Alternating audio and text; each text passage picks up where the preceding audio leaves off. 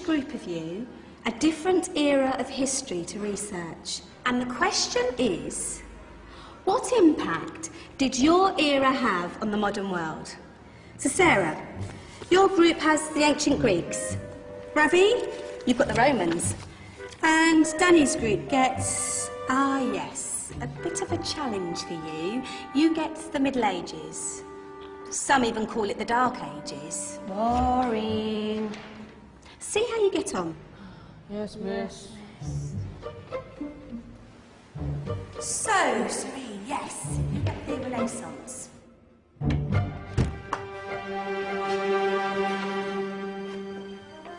Is that the librarian? I guess so. How are the Dark Ages going to have anything to do with us? Excuse me. Sorry to bother you. What do you want? We need to find out what impact the Dark Ages had on the modern world. Never was a period of history so poorly named. Don't touch. It's priceless. And I suppose someone's been filling your head with the usual nonsense, eh? 1,000 wasted years. A black hole in history, am I right? Yeah, sort of. You see, it's always the same. You assume it was all mud, disease, death and destruction, with marauding mobs of barbarians ripping down the good of former civilizations, burning and plundering as they went, nothing of any worth invented either, eh? Oh, no. Go on, Beofrey. Sorry to bother you. Come on, it's probably not worth it. Everyone knows that the Greeks and Romans invented everything anyway. Oh, did they now? And you're sure about that, are you? You know, I might just have something for you. You seem to be up to the task. I suppose I could... Follow me. I've got just the book for you.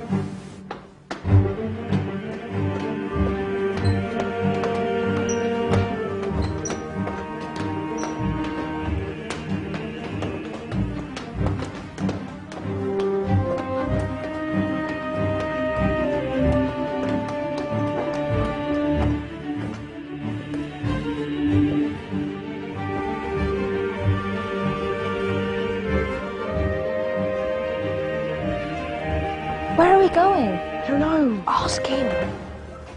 Excuse me. Where are we going? From darkness into light, my young friend. From ocean onto land, there are things you should know. Oh, yes, indeed. Yes, indeed.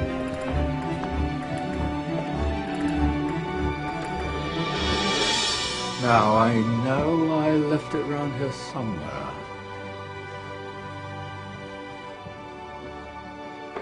Ah, here it is. Now, take a look. If you dare.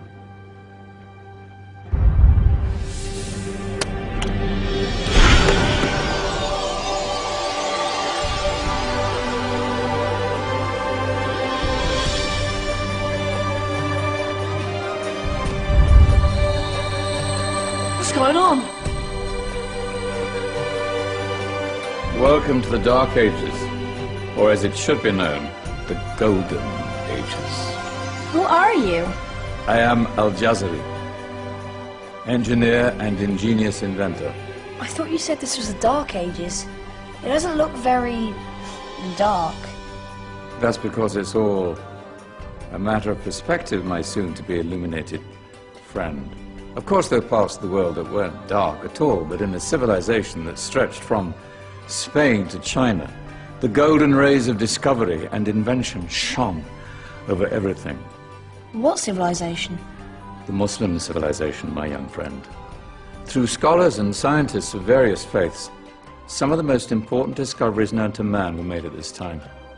Discoveries that drew on knowledge of the ancients, but have more connections with your modern world than you could possibly ever imagine.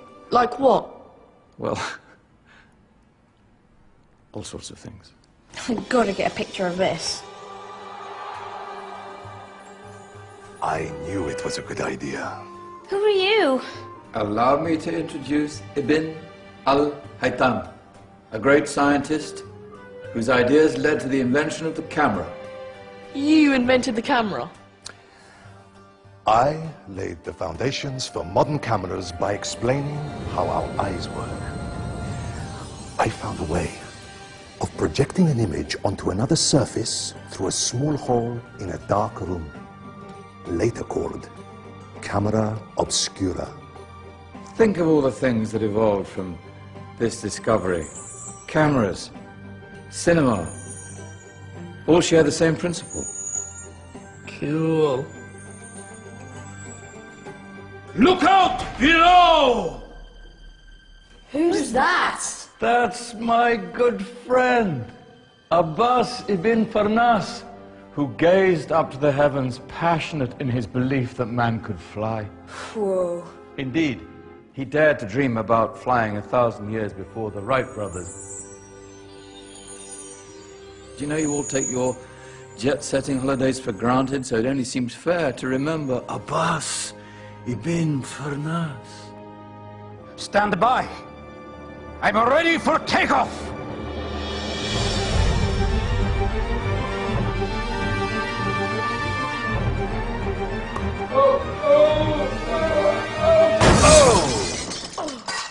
You did forget one thing, though. A tail, useful for landing. My back. Is there a doctor in the house? Did someone call? Ah, my old friend, why don't you introduce yourself to my young guests? I am Abul Qasim al-Zahrawi. Many call me the father of surgery.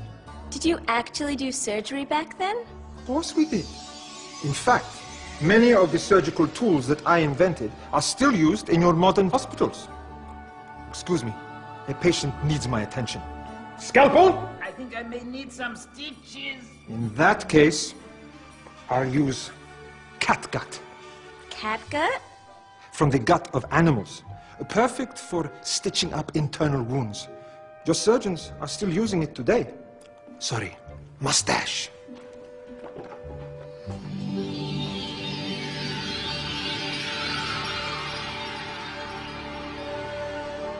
Who's she?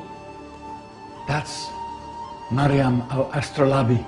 One of the many brilliant women of her time. She made sophisticated astrolabes.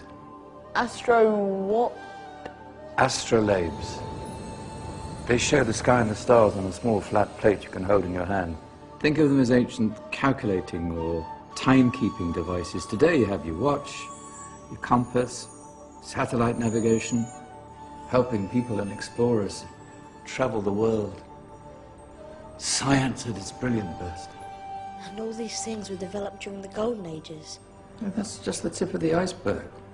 There were thousands of other inventions covering all areas of life, and in the years that followed, their influence spread across the whole of medieval Europe. So you see, it wasn't so dark after all. What about you? Me? What did you invent? Well, I don't want to be big-headed, but I made some groundbreaking advances in engineering. I suppose my most significant discovery converted rotary motion into linear motion using a crank and connecting rod. It's essential in pumps and engines. In fact, I've no idea how the Industrial Revolution could have happened hundreds of years later without such a device. Not that I ever get the credit I deserve. But my crowning glory was my amazing time-telling machine. My legendary elephant clock.